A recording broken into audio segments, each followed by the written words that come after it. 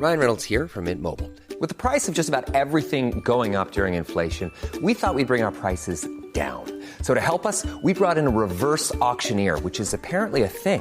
Mint Mobile Unlimited Premium Wireless. How to get 30, 30, bit to get 30, bit to get 20, 20, 20, bit to get 20, 20, bit to get 15, 15, 15, 15, just $15 a month?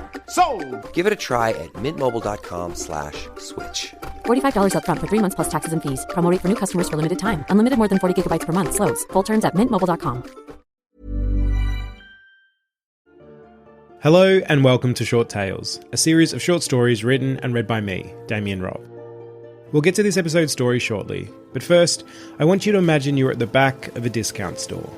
Fluorescent bulbs cast a too bright and slightly yellow light, and the shelves are stocked with random items, packaged and presented in plastic and cardboard. Behind you, in the wall, is a door. It's barely noticeable, the same dirty white as the walls, and looks as if it hasn't been opened in at least a decade. Which is why it's so strange when you hear a knock coming from the other side. Okay, you ready? Good. This episode's story is entitled The Door at the Back of the Discount Store.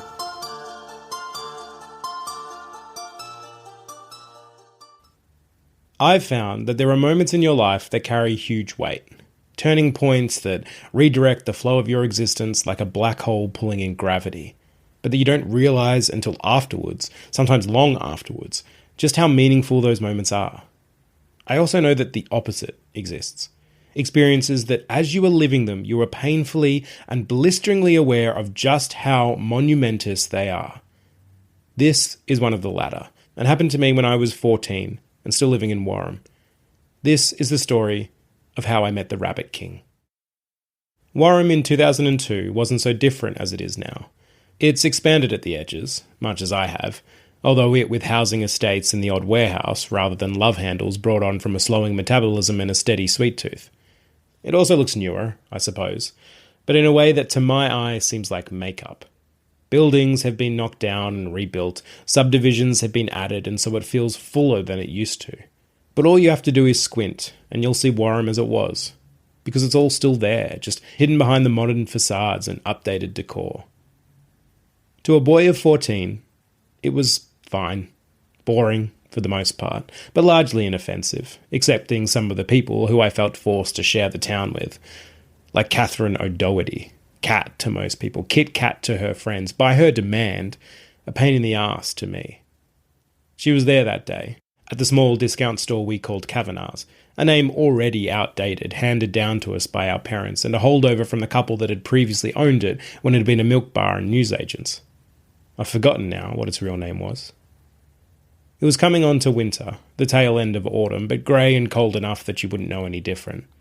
It was a Saturday, and so my brothers, Steve and Wom, whose actual name was Warren, but who everyone called Wom due to him breaking into a wombat enclosure at an animal park when he'd been 4, and we were doing what we were doing most Saturdays, picking up our weekly bag of no-name licorice bullets.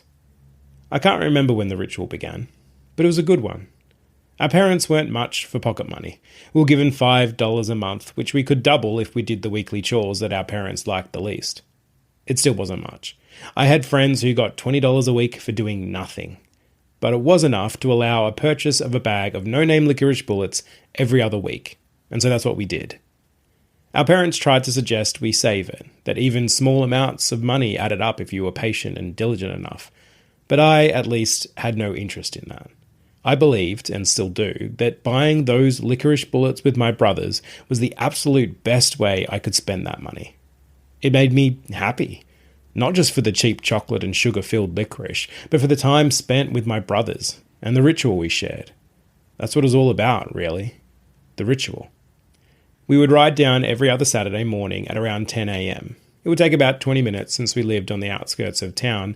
Then, with licorice bullets bought and the return trip completed, we would read fantasy books as we absent-mindedly picked away at our individual sweets, taking just one small hard bullet at a time and working at it until it slowly broke up and dissolved. If you did it right, you could stretch that small bag of licorice bullets out over the entire weekend. We arrived at the Kavanagh's warm and red-faced that morning. We'd rugged up to face the cold, but had done too good a job, and so de-jacketed as soon as we were off our bikes. Steve, my older brother and our undeniable leader, led the way into the store, followed by me and Wom, who was the youngest. Pete was working that day. A 20-year-old who smelled faintly of weed, as I would later learn, had hair that wanted to be dreadlocks but in truth was just unwashed, and was in a band that was always just days away from making it. Steve greeted him with a wave as we entered through the sliding doors. An electronic chime dinged to announce our arrival. I also gave a half-hearted wave, but in a way that I didn't really want it to be seen. Steve had a way of talking with adults that I hadn't yet mastered, or even apprenticed in. My own parents were fine, but I had no idea what to say to the rest of them. Pete turned back to the counter and whatever he was reading there, and we turned towards the chocolate aisle. We took 2 steps, then Pete called out, "Yo, Steve, check this out." I've thought about it a lot, and have often wondered if Pete hadn't called out at that moment, would any of it have happened? Would we have simply purchased our licorice bullets and been on our way? The day spent eating and reading, the same as any other Saturday. It seems likely, but I'll never know for sure, because Steve turned and walked over to Pete, and Wom and I diligently followed. What Pete wanted to show Steve was the graphic novel he was reading. "It's called Sandman. I think you'll really dig it." "Oh yeah?" Steve said, and I could hear the excitement in his voice. "It's about this group of cult guys who try to capture death through this satanic ritual, but fuck it up. Sorry for the language," he said, looking at Wom and me. "But instead, they capture the Lord of Dreams." "Whoa, cool," Steve said. "Yeah, they have him trapped for years and all this bad stuff happens because of it until he finally breaks out and then he's pissed. And then a whole bunch of other stuff happens. It's all really good. Sound like your kind of thing?" Steve nodded enthusiastically, and there was a part of me that wanted to tell him that it couldn't be his kind of thing. Where were the wizards, the dragons, the gruff warriors with a heart of gold from the books we read? "Here, I can lend you the first one, I've already finished it," Pete said, handing over a glossy A4 book. I looked over Steve's shoulder as he flipped through the pages. The artwork flashed by as Steve's thumb released page after page. Years later, after Steve had brought all the collected issues for himself, I would find the courage to read those graphic novels and fall in love with the drama and richness of them all. But on that day in the discount store, as I looked over my brother's shoulder, the images seemed dark and strange and scary to me. "You sure?" Steve asked, looking up at Pete with stars in his eyes. "Yeah, man, just bring it back here when you're done." "I will," Steve insisted. "Thanks." We turned away from the counter, Steve's eyes still fixed to the glossy pages of pictures and words, when the doors whooshed open, the electronic ding sounded, and Kit Kat walked in. I felt a groan in my throat, but didn't let it out because I didn't want to draw her attention. It didn't matter. She might have turned down one of the aisles, and then I could have carefully avoided her like a minotaur in a maze, but Steve, head still lost in the pages of his new book, walked forward without looking and bumped into her. "Sorry," he said, looking down at her. Kat was around my height, with shoulder-length brown hair, athletic in that horse girl kind of way, and had a mouth that when she smiled reminded me of the Cheshire Cats. She looked from Steve to me, and that smile grew on her face. "Is that my ducky I see there?" How I hated that nickname. Hated it because it came from her. Hated it because I found it belittling. Hated it because there wasn't even a reason for it. She just decided to start calling me it one day. "It's Tim," I growled. "Okay, ducky," she said back, smiling wider as though we were playing a game. I turned and walked away from her toward the chocolate aisle. Steve and Wom followed. Unfortunately, so did she. "What are you buying, ducky?" she called out from behind my brothers. I grumbled out a "none of your business," but it did little to dissuade her. If anything, the grumpier I got with her, the more pleased she seemed. I looked back over my shoulder and past my brothers to see her smiling at me. Steve was lost in his comic and Wom just looked confused. He wasn't the only one. Not wanting to give Kat the satisfaction, I walked past the glossy bags of lollies and tempting blocks of chocolate and headed towards the back of the store. She continued to follow, as did my brothers. We were an impromptu conga line heading to nowhere. I realised I had no end plan for this move and felt my face flush. Anger replaced embarrassment. How come she always had to do this to me, be weird and pushy, and end up forcing me to act in dumb ways like walking pointlessly around a store? Looking back, I should have figured it out far quicker, but I was more used to having crushes than being on the receiving end of one. Still, the knowing look on my mum's face whenever I complained to her about Kat's behaviour should have been clue enough. Our conga line made it to the back of the store where I was faced with racks of car accessories, a grimy once white door, and nowhere left to go. My embarrassment and anger peaked. I spun around and stepped forward past my brothers, moving close to the still smiling Cat. "Stop following us!" I barked into her face. Her smile faltered, but she held on to it as best she could. "Ducky, don't be like that." She said it with a forced giggle that grated my nerves. I was acutely aware of Steve and Wom behind me.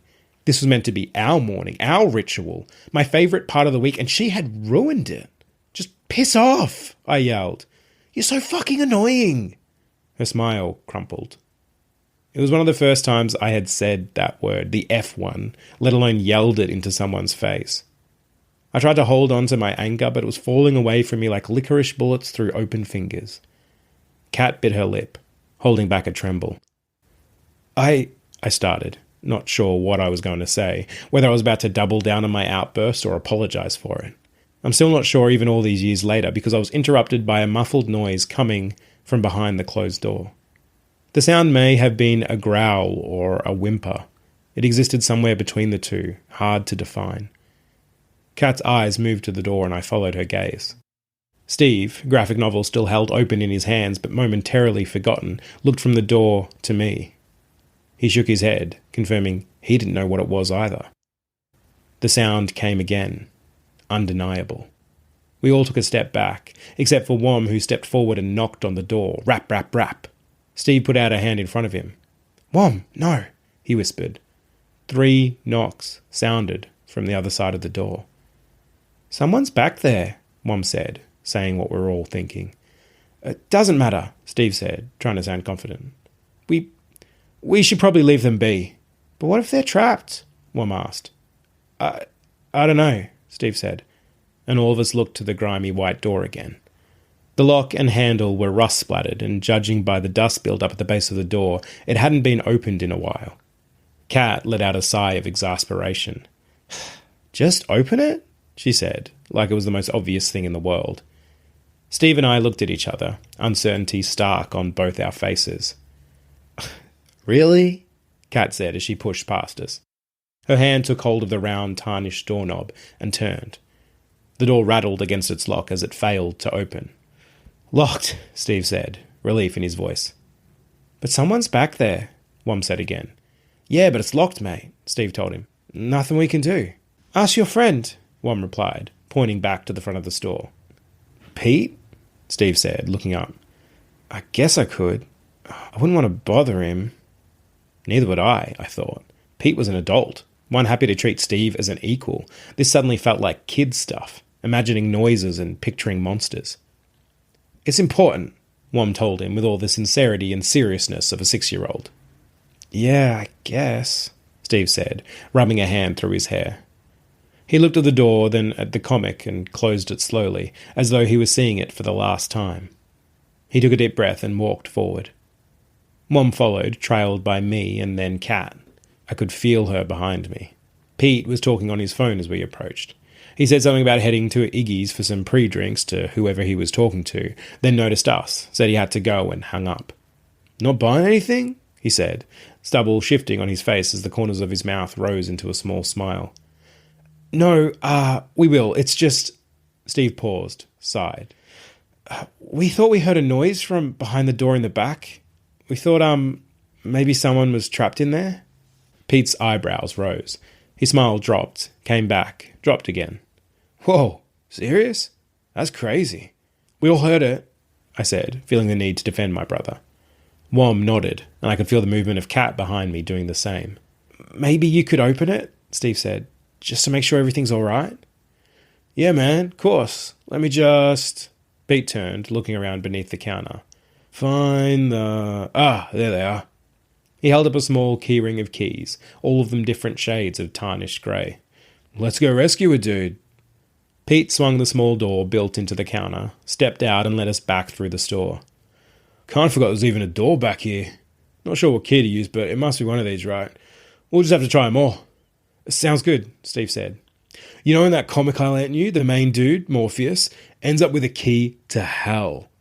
Let's hope that's not what we're dealing with." Pete let out a laugh at his joke, and Steve kind of chuckled too. I felt sick. "Hello?" Pete called out as we approached the door. He rapped on it hard 3 times with his knuckles, ear turned towards the door, listening for a reply. "Anyone back there?" I winced. No reply came, not a voice or a return knock. Pete shrugged at us and turned back. "Like I said, might as well try all these keys. Let's go with this one first." He took hold of a key that looked no different from any other. "It opens the cleaning cupboard, so I don't know, maybe it opens this one too." It slid in but refused to turn. "No luck. Let's try key number 2, Pete declared. As he moved to the next key along on the ring, Kat stepped up next to me. I kept my eyes ahead as Pete once more tried and failed with key number 2. As he took hold of key number 3, I flicked my eyes across at Kat. Her own eyes were watching Pete, but perhaps sensing my gaze turned to me. I looked back at Pete as key number 3 also proved unable to open the door and felt heat rise up my neck. Key number 4 had no luck, and key number 5 didn't even fit the lock. "No go, my friends," Pete said, looking at us. "What a mystery though, right?" "There are no other keys?" Wom said. "At our house there are lots of keys." Which was true. Our dad had a habit of not keeping them all together either. It became a treasure hunt whenever he wanted to open the back shed. "I mean, I guess there must be, but I've never been given them." Pete thought about this for a moment and then looked up. "We could look in the house." "The house?" Kat asked, her first word since trying to open the door. "Yeah, above the store. No one lives there now. The previous owners, Kavanaghs," Steve and I said together. "Yeah, that's it. Good memory," Pete said. "Our parents still call it by that name," Steve explained, pointing around at the store. "Cool. So, yeah, the Kavanaghs used to live up there. I don't think anyone's even been up there since they went missing, so as far as I know, it's still decked out with all their old stuff, which could include the key." I looked at Steve. The morning was already ticking away. There was a book back home waiting for me, and a bag of licorice bullets. But Steve was only looking at Pete. "Steve?" I said, not wanting to actively voice my unwillingness. Steve looked at me and hesitated, big brother responsibilities kicking in. "Oh, come on, dude. This is a mystery. Gotta solve it," Pete said. "Yeah, come on, Tim," Steve said. "It's an adventure. Our books can wait." What could I say? Nothing. Especially not once Wom grabbed my hand and gave me that serious and sincere look. I nodded at the group. "Cool," Pete said. "This way, fellow explorers." He led us back toward the counter, opened the small door and waved us through. To the right of the counter was another door, this one timber. I had vague memories of there being a bead curtain back there when the Kavanaghs had owned it. Pete opened the door and led us through. "Whoa," we said, more impressed by being in the bowels of the store than by what we found there, which was a small toilet and sink area and a staircase leading up to the second story. A chime sounded, the electronic ding.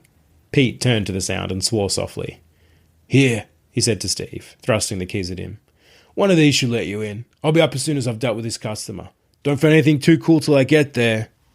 He went back through the door and Steve's face turned unsure. He stood for a moment, watching the way Pete had left, then turned to face the staircase. "Well," Kat said, "are we going or not?" I'd almost forgotten she was still with us. "You don't have to come with us, you know," I told her. She gave me a smile that didn't reach her eyes. "I want to know what's behind the door, Ducky. Come on, let's go." She gave Steve and me a little shove and the 4 of us headed up the stairs. The door at the top was old. It was painted a peeling reddish brown that spoke of the 70s. Unlike the one downstairs, it let us in with the first key Steve tried. As Steve swung the door open, my breath caught. The room was dark and a smell of rot rolled out at us. Steve stepped inside, quickly becoming a silhouette amongst silhouettes. Light took over the room as Steve pulled open one of the blinds. I saw with surprise that the little apartment was just that, an apartment. Nothing strange about it other than it had sat untouched for years. The doorway led into a small living room. Wom, Kat and I slowly stepped inside after Steve and looked around at the place. There was an old brown couch with a crochet blanket laid over it off to our right. The couch was a representation of the whole apartment, in that it was soft and sagging, outdated and spotted with stains that would likely never come out. Steve stood on the other side of it where the window, coated with years of dust, let in the dirty light. "So, anyone see the key?" Steve asked. He was being sarcastic. There was stuff everywhere. The leftover detritus of 2 people's lives. 2 people, it would seem, who weren't that big on tidying up. It also had the added benefit of age. Dust hung in the air, coupled with that smell of rot. This adventure, that I already wasn't that keen on, suddenly seemed a lot less adventurous. "Dad puts them in the drawers," Mom announced. Which was true. Our dad regularly put keys in the kitchen drawers along with all the other random bits and pieces he kept there, so that even if you knew a key was in one of the drawers, it still became impossible to find. "Good thinking, Mom," Steve said. "Why don't you and I check in the kitchen?" "Wait," I said, realising that would leave me alone with Kat. "Maybe we should all look in there?" "What? Why?" "Just because if that's where they are, then we'll find them faster with all of us looking?" "No, they could be anywhere, mate. You guys look in here." He turned and led Wom through a doorway at the back of the room. Kat was smiling at me. "Just you and me, Ducky?" I turned away from her and moved to a bureau on the other side of the doorway. Its top was lined with little statues and photo frames. Underneath each was a once white, now yellow doily. Years of dust coated it all. I picked up one of the photo frames. In it was the Kavanaghs, or who I presumed were the Kavanaghs. They were sitting on the same brown couch that stood across the room from me. It looked newer and more plump in the photo. They were sitting side by side, as close as you can get, with their cheeks squished up against each other, laughing as they looked at the camera. He was round and bald, cheeks red like Santa's except lacking the signature beard. She had glasses and a bob of brown hair. Both sets of eyes were squinted in joy, mouths open as they laughed. She had her arm around his shoulder, and he had his hand on her leg. "They look happy," Kat said from over my shoulder. I startled, bumped into the bureau, and caused a statue of a porcelain rabbit to fall onto the thick, yellowy-orange shag carpet. "Oh, did I scare you, Ducky?" she asked, picking up the statue. "Don't call me that! Why do you call me that?" I barked, heart still fluttering from the fright. She looked at me quizzically. "Do you really not know?" "What? No. Why? Is there actually a reason?" She didn't reply. Instead, she searched my face as though looking for something. Then she looked away. "You've hurt me, Ducky," she said, sounding truly wounded. "What? You're so weird." "Well, you're mean." She spat the words with an intensity I'd not seen from her before. "No, I'm not," I said, face reddening as I did my best not to think of how I'd yelled at her earlier. "Yes, you are. I always try to be nice to you, and you just be mean and mean and mean. Whenever I talk to you, you don't even reply. You just walk away, or scoff, or roll your eyes, or say something rude." "Yeah, but," I stumbled, wanting to say, "But you call me Ducky," but also knowing how lame that sounded. "But what?" Kat pushed.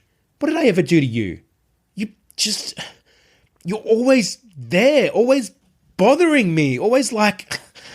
I spluttered again, my little 14-year-old brain tripping over the fact that I really didn't have a strong reason for disliking Kat. "Trying to be your friend?" she finished for me. "No, well, how about the fact that you force all your friends to call you Kit Kat? Don't you see how controlling that is, Catherine?" My chin rose and her mouth pursed. "Catherine is my grandmother's name. I was named after her, but she's horrible. Mum doesn't even see her anymore because she's so mean. You'd probably get along with her great. And anyway, so what if I ask people to call me Kit Kat? Why is that so wrong?" Again, I didn't have an answer, so I deflected. "Well, I never asked you to call me Ducky." I was right. It did sound lame. "Fine, I'll stop," she said in a controlled voice as she pushed the statue of the rabbit into my hand. She turned and walked to the opposite side of the room and stopped in front of a wall-to-ceiling bookshelf that stood beside the doorway to the kitchen. A slew of embarrassment and shame and anger boiled together inside of me, making me feel hot and sick. I considered going to her and apologising, but the stubborn, unsure part of me held on to the fact that no matter what she said, I never asked to be called Ducky and didn't like the nickname, convincing myself into believing that somehow that put me in the right. I sighed and put the rabbit statue back on the shelf. It teetered forward, as though leaning in to judge me. Its base was uneven, and I wondered if I had broken it somehow when it fell. Oh well, I decided. It's not like the Kavanaghs were coming back anytime soon to tell me off. And, I reminded myself, it's not like I'd wanted to come up here in the first place. All I'd wanted was to buy some licorice bullets and go home. I should be there right now, in my spot on the chair by the window, with Steve stretched out on the sofa and Wom half buried in a beanbag. That was my Saturday, not this. Steve screamed from the kitchen. Kat and I looked at each other, then raced to the doorway. In the kitchen, the smell of rot was overwhelming. "What was it? What happened?" I asked. Steve was sitting on the floor, back pressed up against one of the old and orangey wooden cupboards, hands over his nose. Wom stood next to him, looking nonplussed. "He opened the fridge," Wom told us. Steve's face was pale, and I saw him swallow hard as he turned to us. "It's full of food," he said. I shrugged my shoulders and raised my hands in a way that said, "Yeah, sure, that's what fridges are for." "Food that's been in there for years," he clarified, which explained the smell. Steve swallowed again, and I got the distinct sense he was trying not to vomit. "Ew," Kat added. "Did you find the key?" Wom asked. "No," I said. "I think it's time we should go." "No," Steve said, pushing himself up. "We told Pete we'd find it. There's nothing to find. We don't even know for sure it's up here." Steve bent to pick up a piece of paper and magnet from the floor, casualties from his slamming of the fridge door. "We've barely looked. We need to at least check every room." "Fine," I said, feeling the beginnings of a full-on sulk growing inside of me. "Let's just hurry up." But Steve wasn't listening. He was reading the piece of paper. "Huh," he said. "What is it?" Kat asked. "Well, that's one mystery solved," Steve said, showing us the paper. The banner head read Warren General Hospital. "Mr. Kavanagh had cancer. Terminal, it says here, which means he was going to die. Must be why he and his wife skipped town. Maybe travelled or something as like a final adventure type thing." "And just left everything behind?" Kat asked. "Including the food?" "Why not? I doubt any of that seems important if you know you're going to die." Steve stuck the paper back to the fridge. "All right, well, we checked all the drawers and cupboards in here and I didn't find anything. And that fridge is a definite no-go. There was nothing out there?" I shrugged a no, mostly to cover the fact that I'd barely looked. "I didn't find the key, but I did find something very interesting," Kat said. "What?" Steve asked. She affixed a pleased look that infuriated me for some reason and wiggled her fingers to indicate we should follow her. She led us back through the doorway into the tall bookshelf. She splayed out a hand like a magician pulling off a trick. It was full of books. Cookbooks for the most part. "Books," Steve said. "Cookbooks," I confirmed. Kat rolled her eyes and I felt I could sense the word boys unsaid on her breath. "Not those, obviously. Look closer." So we did. I studied the books more closely, and as I did, some of the spines stood out. They were older and frayed and had titles like Aradia, the Gospel of the Witches, or Calendarium Natural Magicum Perpetuum, or Grimorum Verum. Steve gave a sharp inhale and whispered shit under his breath. "Yeah," Kat said, looking even more pleased with herself. "What?" I said, feeling left out and not liking it. "They're occult books," Kat cried. "Black magic? Witchcraft and stuff?" "So they were witches?" I asked. "Well, we don't know that," Kat said. "I mean, they also have cookbooks, but that doesn't make them chefs, you know what I mean? But they definitely had an interest, which I find very interesting. Do you think I should take one of these?" "No," Steve said, looking uncomfortable. "I think we should search this place, then get out." Finally, someone was speaking my language. "Wom and I will search in here," I said, pointing towards a room down the hall. Kat made a noise of some kind, but I ignored it. I took Wom's hand and led him to the room in question, which turned out to be a spare bedroom.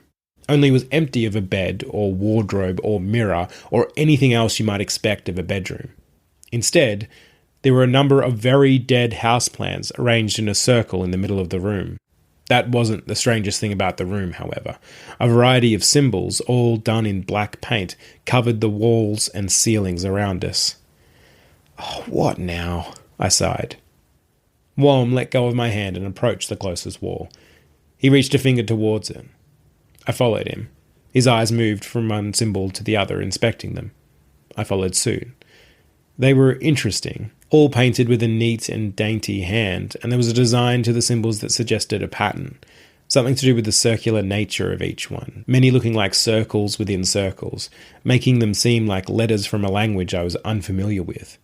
If they were a language, though, they didn't seem to form words. Their ordering was too disorganized and shambolic for that. None of them sat in straight lines. Instead, their positioning seemed random. "They make spirals," Wom said, tracing a series of the symbols with his hand, connecting one to the other in a circular motion.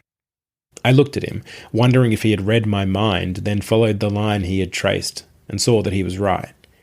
With the design pointed out, it seemed obvious, like a magic eye shifting into focus.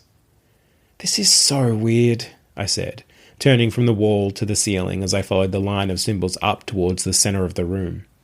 That was when I saw the bath. It sat in the centre of the circle of dead plants, small, white, and plastic. A cheap child's bath. Dead, dried-out insects sat inside of it. The cavity of the bath was lined with a brownish ring, indicating it had once housed water that had long ago spoiled and dried up. I stepped closer, moving past two of the plants and knelt to get a better look.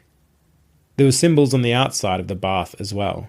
These had been gouged into the hard plastic and then painted over with the same black paint. Except against the stale white of the bath, it didn't look black, but a very dark red. Blood. The thought drifted into my head in that curious, knowing way. Blood that was dated and dried out and old enough to look black. I stumbled back away from it, knocking over one of the plants. Wom turned to look at me. One of his hands was up against the wall, fingers tracing the symbols. "Don't touch it!" I yelled. The whole room was drenched in the stuff. His fingers stayed where they were, his small, stern face confused. I moved over to him and pulled his hand away. Steve came in. "You alright?" "Whoa! What is this?" Kat stepped in after him. "Is that blood?" I felt a surge of annoyance that she'd figured it out so quickly. "Yes, and I don't care what you say. We're getting out of here now." I directed the words towards Steve, but meant them for Kat as well. Steve nodded as he scanned the symbols. "Okay, yeah, screw this, let's go." Kat looked delighted.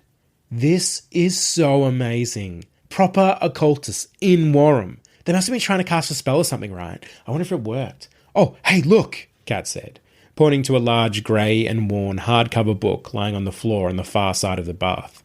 "Come on," I said, "we're going." Steve steered Wom to the doorway. My younger brother hadn't said a word. He was looking at his fingertips, which were dusted with the dried blood. I moved to follow them. Kat didn't, too enthralled. "Come on," I repeated, and grabbed her hand to lead her from the room. We went up the hallway and into the lounge room. "Hold on," Kat said, letting go of my hand. "Let me just grab that book." "Kat," I stressed. "Tim," she said, repeating the tone and inflection I had used. The name sounded strange coming from her. I was so used to Ducky. She jogged back to the bedroom and returned with a grey hardcover book. "I don't think that's a good idea," Steve said from the doorway. "God, you two are both as bad as each other. It'll be fine." Kat walked back towards me and retook my hand. "Okay, now I'm ready."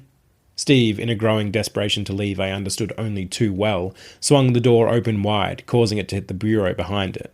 The uneven rabbit statue toppled forward and once more fell to the floor. Wom picked it up, turning it over as he did so. Taped to its base was a key.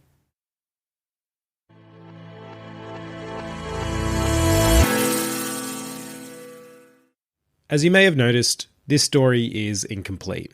You probably also noticed the part 1 in the title, so I'll save my usual afterthoughts for next month when I've released the second and final part of this story. So, for now, those are all my thoughts. But if you have any you'd like to share, please do. You can write to me at shorttales.podcast@gmail.com, or you can find me on Twitter at middaypajamas. Also, while this podcast will always be free, if you'd like to throw a few extra dollars my way, you can do so by visiting ko-fi.com/Damian Robb, or you can find all the appropriate links in the episode show notes. Until next time, this has been Short Tales, and I've been Damian Robb.